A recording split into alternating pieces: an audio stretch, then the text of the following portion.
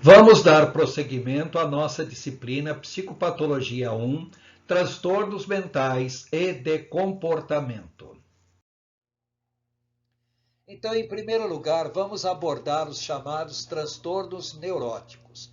A palavra neurótico vem do grego neuron, que quer dizer nervo, e ossis, que quer dizer ação. Então, neurótico seria a ação dos nervos. Ou seja, neurótico seria aquilo que nós consideraríamos como normal, como esperado em toda a pessoa. Agora, algumas pessoas exageram naqueles comportamentos que deveriam ser comportamentos normais. Então, todas as pessoas apresentam alguma forma de neurose em maior ou menor grau de gravidade e podem apresentar um ou mais surtos neuróticos ao longo da vida, sem que isso signifique que a pessoa sofra de algum tipo de transtorno neurótico.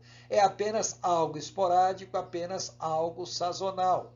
Ou seja, uma pessoa pode viver uma vida regrada, uma vida certinha, mas por uma questão circunstancial a pessoa ter um comportamento exagerado, o que não quer dizer que seja uma pessoa doente. Apenas a circunstância em si levou a pessoa a apresentar aquele tipo de comportamento que nós chamamos de transtorno neurótico.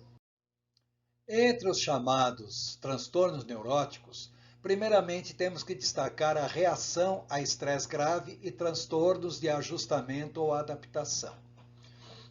Ou seja, o estresse em si. Também chamados de reações situacionais ou traumáticas à tensão, ou transtornos de ajustamento ou adaptação às alterações ambientais. Esse tipo de transtorno, resultante de uma crise de estresse acentuado, é desencadeado por situação súbita, por exemplo, um assalto, um acidente, uma perda considerável de algo importante, de status, de emprego, de um casamento, ou situações conflitantes contínuas, mesmo que não traumáticas, por exemplo, um estresse crônico, um estresse prolongado. Se a resposta adaptativa estiver além da capacidade da pessoa, pode evoluir para a depressão ou para o colapso neurótico, por exemplo, a histeria, o transtorno somatoforme, a ansiedade, etc., ou até mesmo para uma psicose, que já seria um caso bem mais grave. Os sintomas mais comuns do estresse são irritabilidade acentuada, distúrbio do sono e do apetite, dificuldade na concentração e diminuição da memória, queda do rendimento pessoal, estudantil, profissional, etc.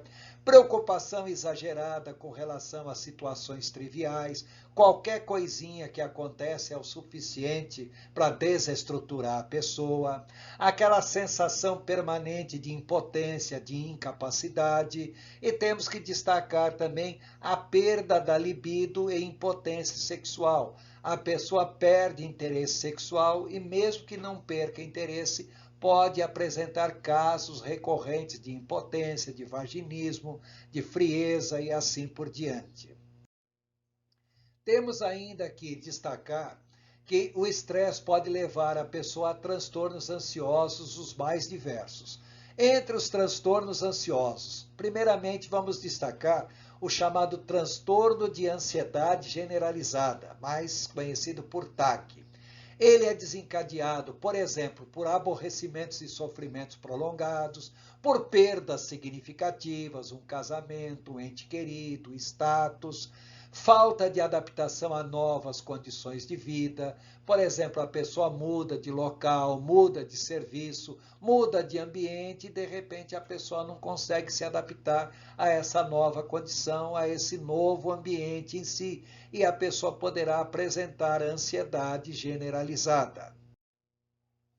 Os principais sintomas do transtorno de ansiedade generalizada são, primeiramente, as chamadas alterações comportamentais.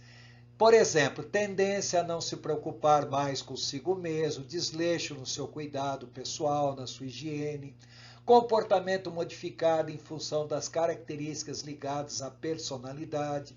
A pessoa muda completamente o seu jeito de ser e muda até mesmo sua escala de valores. Alterações cognitivas, por exemplo, pensamento difícil, a pessoa apresenta preocupação fixa com um determinado assunto que não sai da sua cabeça e a impede de se concentrar em outras áreas, se dedicar a outro tipo de atividade mental, a dificuldade de concentração, perda de memória, sensação de vazio na cabeça ou de fuga de pensamento, a pessoa não consegue de fato se concentrar em nada. Alterações emocionais como impaciência, nervosismo persistente e injustificado, sem que haja uma causa para isso, medo frequente e injustificado de que a pessoa ou um parente próximo irá ficar doente, ou sofrer um acidente, ou vai morrer, ou vai desaparecer. Temos ainda alterações fisiológicas, as mais comuns: insônia, tensão muscular, podendo ocorrer inclusive dores musculares generalizadas, as famigeradas polimialgias, tremores das mãos, palpitações no coração, sudorese, suor excessivo, tonturas, desconforto epigástrico, sensação de queimação de estômago, é algo bastante desagradável. Então, tudo isso daí são alterações decorrentes da ansiedade generalizada. Ainda como transtorno de ansiedade, temos que destacar o conhecido transtorno de pânico ou ansiedade paroxística e episódica. Paroxística quer dizer aquilo que se manifesta, que está sendo visível naquele momento, naquela fase. São ataques recorrentes de ansiedade grave, chamados ataques de pânico, e os ataques são totalmente imprevisíveis. Muitas vezes eles dão uma sinalização de que vão ocorrer, mas na maior parte das vezes eles ocorrem sem nenhuma sinalização prévia. A pessoa que tem o famigerado transtorno de pânico, além dos sintomas gerais de um transtorno de ansiedade generalizada, outras características da síndrome do pânico. Ocorrência brutal de palpitação e dores torácicas, a pessoa tem a sensação de que vai ter um ataque cardíaco, sensação de asfixia, não consegue respirar direito, tonturas, sentimentos de irrealidade, despersonalização, desrealização. A pessoa de repente estranha a si mesma, não consegue nem reconhecer como ela é. Medo de morrer persistente, medo de perder o autocontrole ou de ficar louco. Então, são características bem típicas do transtorno do pânico. Temos ainda os chamados transtornos fóbicos ansiosos. São aqueles transtornos que se caracterizam por medo, por fobias, bem característicos. Veja bem, na síndrome do pânico, a pessoa é tomada por um medo, mas tem medo e não sabe exatamente do que. Tem medo até de ter medo. No transtorno fóbico ansioso, a pessoa tem medo de situações bem específicas, embora nem sempre as situações possam ser claramente determinadas. A ansiedade e o medo são desencadeados por situações específicas, as quais não apresentam perigo real. A pessoa tem a sensação de perigo, mas o perigo de fato não existe. Os sintomas mais comuns das fobias ansiosas: medo exagerado e incontrolável de morrer, de perda do autocontrole ou de ficar louco, palpitações, dá a impressão que o coração vai sair pela boca, impressão de desmaio, a pessoa chega mesmo a se desligar, mesmo que ela de fato não tenha desmaiado, um comportamento bem característico o tempo todo de evitação e fuga, procurando fugir de tudo aquilo que possa representar perigo, insônia, sudorese, sensação de asfixia e desconforto epigástrico. Temos ainda as chamadas fobias, ou sociofobia, ou fobia social. Nesse caso específico, a pessoa simplesmente não quer ter contato com ninguém, se afasta de todo mundo. Uma timidez exagerada que, na realidade, é o medo de ser exposto à observação das demais pessoas, medo de ser criticado ou humilhado publicamente. São pessoas de acentuada perda de autoestima. E a sociofobia evolui desde o estresse social, a ansiedade crônica e tende a evoluir para o ataque do pânico e mesmo para a agorafobia. Os sintomas típicos da sociofobia: rubor, vermelhidão no rosto, tremor nas mãos, náusea, desejo urgente de urinar, de tal maneira que a pessoa não consiga se controlar. Veja bem, na sociofobia, a pessoa tem medo de qualquer tipo de contato social e se afasta de tudo e de todos. Agora tem a agorafobia, muito parecida com a sociofobia. A diferença agora é que na agorafobia não é que a pessoa se afasta do convívio social, a pessoa tem um medo tremendo de multidões e locais onde haja muitas pessoas. A palavra agora em grego quer dizer mercado, então seria medo de mercado, porque na Grécia Antiga o mercado era o local onde tinha muitas pessoas. Então a agorafobia é medo de estar no meio de uma multidão. Normalmente a agorafobia se manifesta após um episódio de pânico, de fobia social, ou mesmo uma depressão ou transtorno obsessivo compulsivo.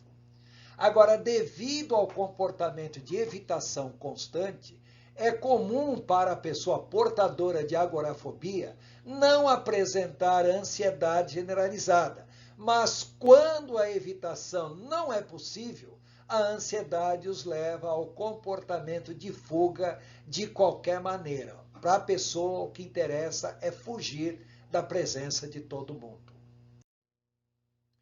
Vamos ver algumas fobias bem específicas. São fobias limitadas a situações específicas, embora a situação desencadeante seja inofensiva, quer dizer, não justificaria, mas a pessoa é tomada por uma fobia muito grande.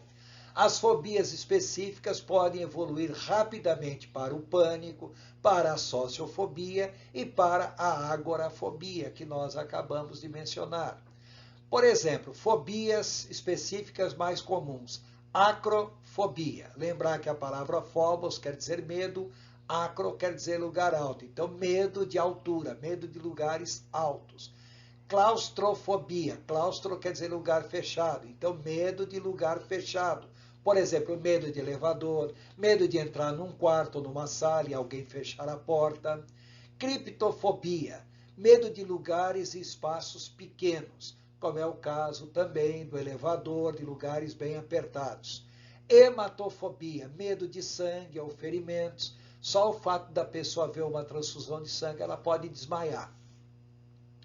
A manifobia ou lissofobia, o medo de ficar louco, medo de loucos também. A necrofobia, medo dos mortos, de cemitério, medo de tudo que é relacionado à morte. Tanatofobia, medo da morte ou de morrer. No caso, a pessoa em si tem medo de morrer propriamente dito.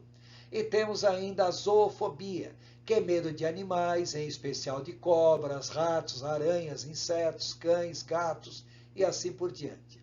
Temos que entender que existem centenas de fobias específicas. O que foi listado aqui são pequenos exemplos, mas existe muito mais do que isso.